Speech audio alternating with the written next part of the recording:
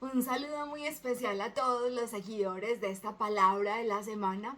Precisamente el domingo, hoy domingo es el primer día de la semana y vamos leyendo el texto que la iglesia nos propone para la meditación, no solamente del domingo, sino a lo largo de toda la semana.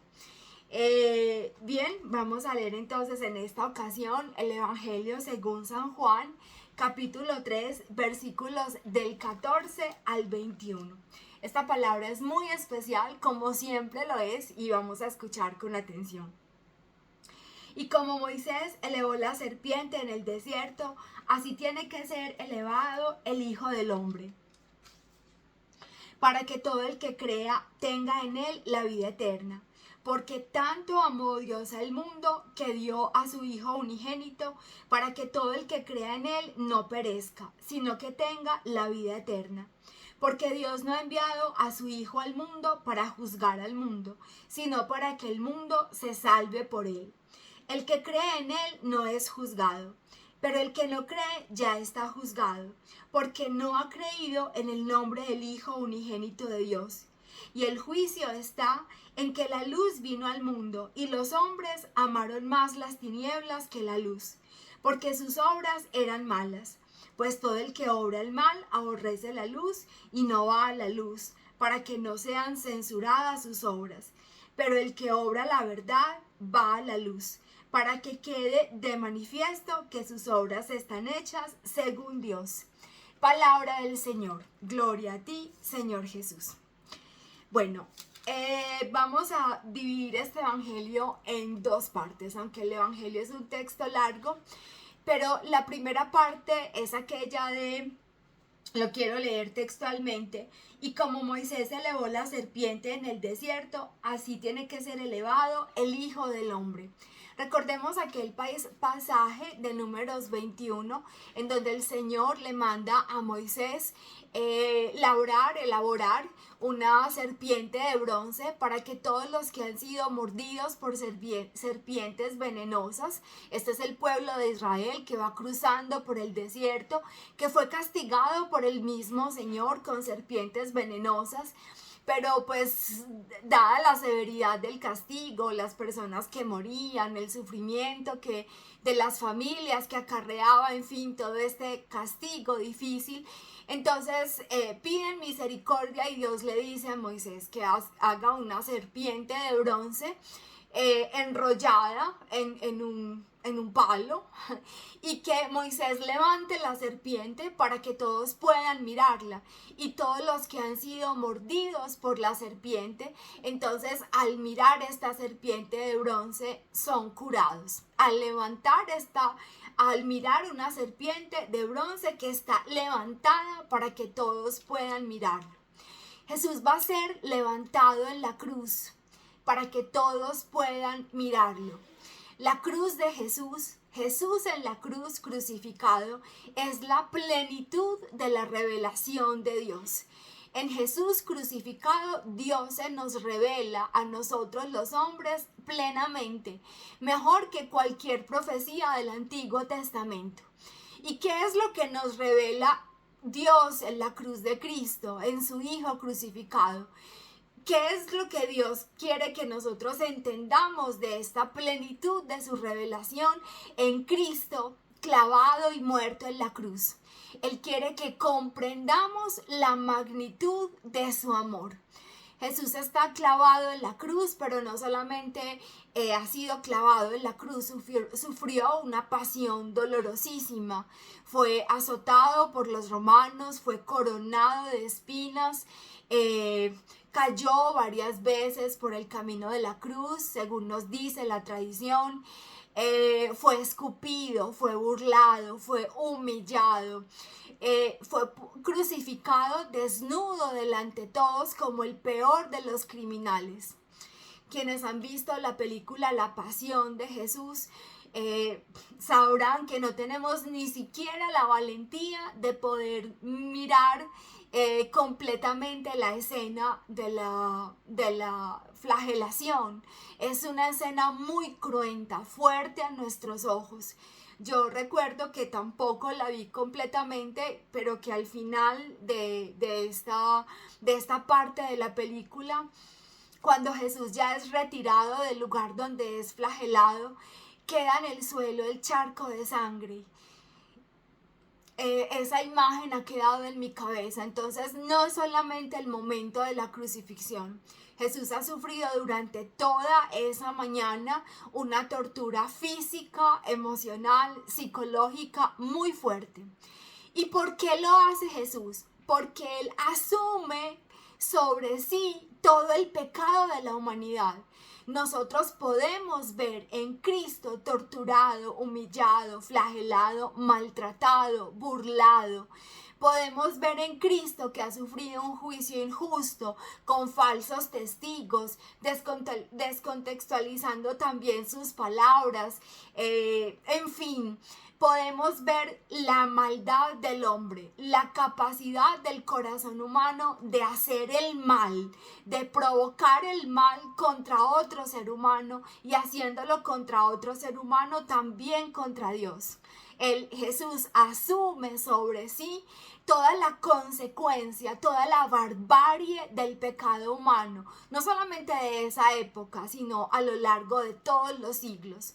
Nosotros al ver a Jesús, que lo describe también el cántico del siervo sufriente, frente a quien no podían siquiera mirarlo porque no tenía rostro humano, parecía más bien un gusano de lo maltratado que estaba, y esta palabra ya es demasiado fuerte. Nosotros podemos vernos a nosotros mismos, nuestro propio corazón y toda nuestra capacidad de hacer el mal y destrozar a los otros, dado nuestro egoísmo, ¿sí? dado que nosotros le hemos dado la espalda al Señor. Pero al mismo tiempo podemos ver el gran amor de Dios, que permite todo eso sobre sí mismo para convertirlo en amor. Permite todo ese dolor, todo ese sufrimiento, toda esa humillación y vejación, todo ese proceso en que Jesús le arrebatan su dignidad más básica de ser humano. Lo cuelgan en una cruz desnudo. En fin, lo que nosotros podemos ver ahí es el inmenso amor de Dios, que convierte todo mal en amor, en bien de nosotros, en amor por nosotros, para sanar la mordedura del pecado. El pecado que nace en el corazón humano, ya nos lo ha dicho Jesús, el pecado no viene del exterior, el pecado nace de lo íntimo del corazón. Y cuando Jesús convierte todo ese dolor provocado por el pecado en amor de Dios manifestado en nosotros, si nosotros miramos a Cristo y lo comprendemos, seremos sanados de la mordedura letal del pecado que causa la muerte. Eso es el cenit de la revelación de Dios en Cristo crucificado, su gran amor por nosotros, y al mismo tiempo podemos descubrir toda esa capacidad del ser humano de hacer el mal. El resto de los versículos ahora habla sobre el juicio, sobre el juicio. Nosotros pensamos que el juicio es una sentencia que se proclama al final de los tiempos o al final de nuestra vida. Realmente el juicio es un asunto que se va desarrollando a lo largo de la historia del mundo y de la vida personal de cada uno de nosotros. En la medida en que nosotros nos confrontamos con Jesús, el juicio se va materializando en nosotros. En la medida en que nosotros nos alejamos de la palabra de Cristo, de su evangelio, de la verdad que Él nos ha dicho a través de su palabra, de la verdad que es Él mismo, a medida que nos alejamos, a medida que confrontamos nuestra manera de vivir con el estilo de vida propuesto por el Señor, entonces el juicio se va materializando en nuestra vida. Porque Dios tanto ha amado al mundo que nos dio a su Hijo para que todo el que tenga fe en Él, crea en Él, se salve. Dios no ha enviado a su Hijo para juzgar al mundo, sino para que el mundo se salve por él. Entonces Jesús es la oferta de vida del Padre.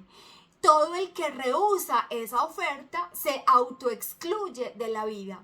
La oferta que Dios nos hace a través de su Hijo Jesús levantado en la cruz es la oferta de la vida plena, de la vida en abundancia, de la vida eterna que vivimos desde ahora, ¿sí? Entonces, cuando nosotros damos la espalda a Jesús, cuando confrontamos con Él nuestra vida, nos autoexcluimos de la mayor oferta que Dios nos hace a través de su Hijo.